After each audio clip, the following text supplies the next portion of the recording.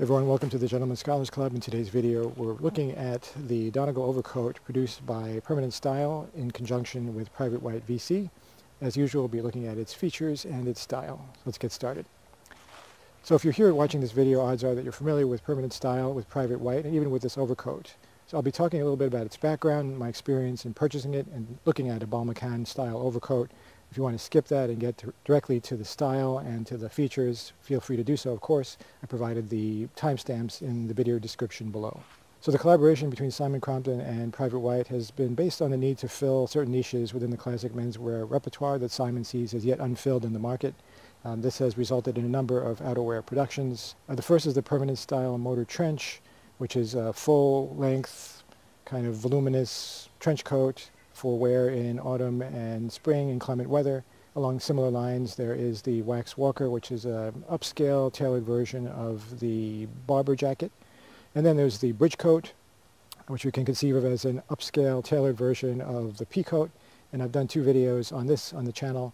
One is longer, about 14 minutes, where I go through the Bridge Coat and a lot of its features and background. The other, if you have less time and want a concise version, is maybe 4 or 5 minutes long, and you can find both in the links to the channel videos as well. And then finally, for our purposes, there's the Donegal Overcoat, which was produced in 3 versions. The first is a darker gray with Donegal flecks, the second kind of a cold dark brown, also with flecking, and this, which is the herringbone, the black herringbone, on a cream background. Simon chose a herringbone pattern that is larger than usual. He was concerned that the pattern would kind of fade back to a bland sort of gray, and so he wanted the pattern to be at a larger scale. When it first came out of the package, I will say, and I just saw the sleeve, my wife and I were both surprised by the intensity of the pattern, and we were concerned that it might not look great.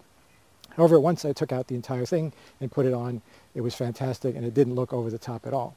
You may also be wondering about the Donegal flecking, and it's really subtle. You can see some shades of gold, maybe some blue, a little bit of orange, and primarily gold, I would say, which goes with the lining, the bronze lining in the inside of the jacket, or inside of the coat. And that also is not over the top. It's really subtle. When I'm in the house, I don't really see it at all. Outside here in the sunlight, it's a little bit more visible, but again, very much still conservative, while still being dramatic. So I would recommend it on those bases.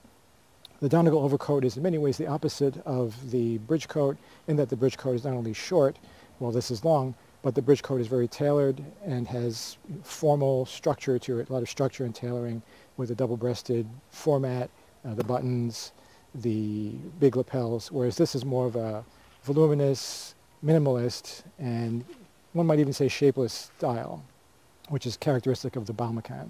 Balmacaan being the Scottish estate in which this style was supposedly first designed and worn. And when we first start out with classic menswear, I think we tend to favor the more tailored and the more structured and the more formal, which is why I didn't really think about balmacaan coats to begin with.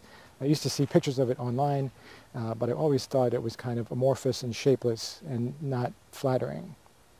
So I bought polo coats to begin with, and I realized that I was sometimes overdressed in doing so, and I was looking for something that would straddle more of the casual realm.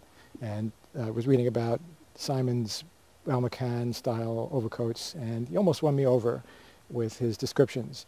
However, what really sold it for me was trying it on in person in the London pop-up. I happened to be there, coincidentally, when he was running one, put on the overcoat, and really liked it.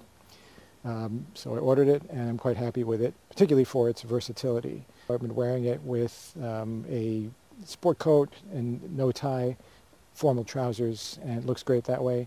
Right now I'm wearing a cashmere crew neck and corduroys, no jacket, and also looks great in that sense.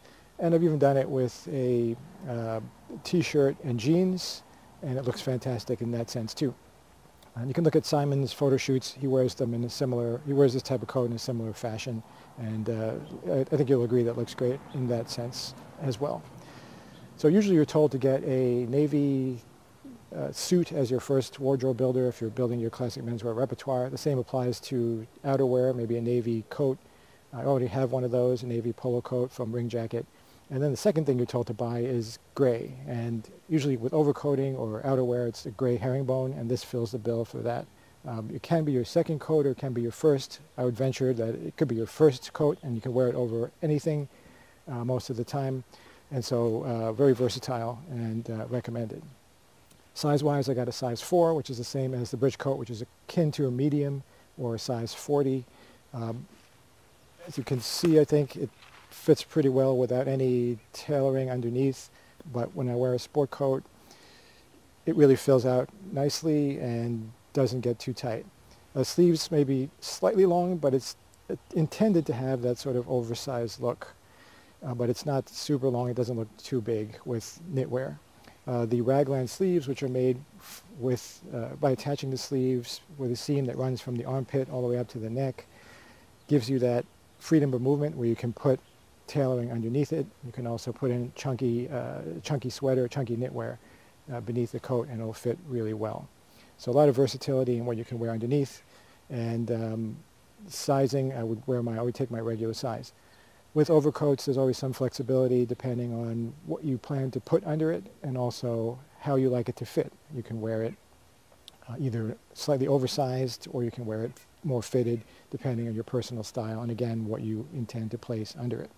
In addition to that flexibility, it has a really great sense of comfort. I find when I put it on, I don't really want to take it off. I put it on in the house to take some photos and do some video stuff, and I don't really take it off. I tend to wear it in the house sitting on the couch.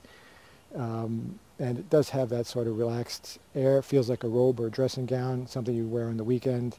It's been said online that you can wear this, if there's one coat that you wear if you fall asleep on public transportation, it would be this, because it kind of cradles you and cuddles you, and it's certainly warm and inviting.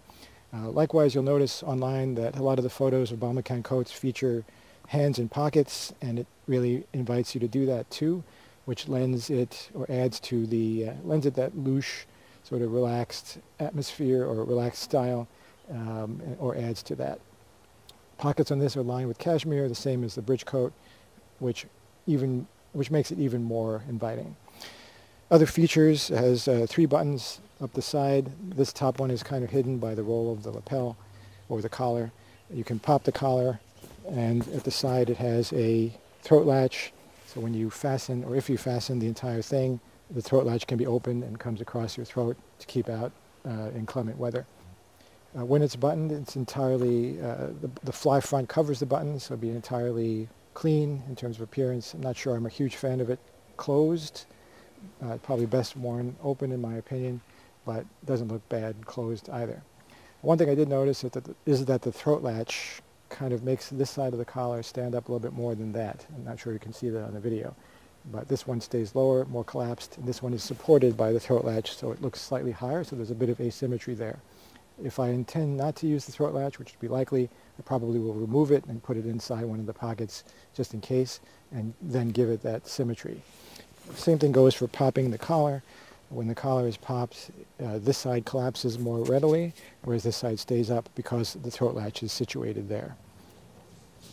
So I would say you can pop the collar on this, but it doesn't stay up a lot. It's already dropping now, as you can see.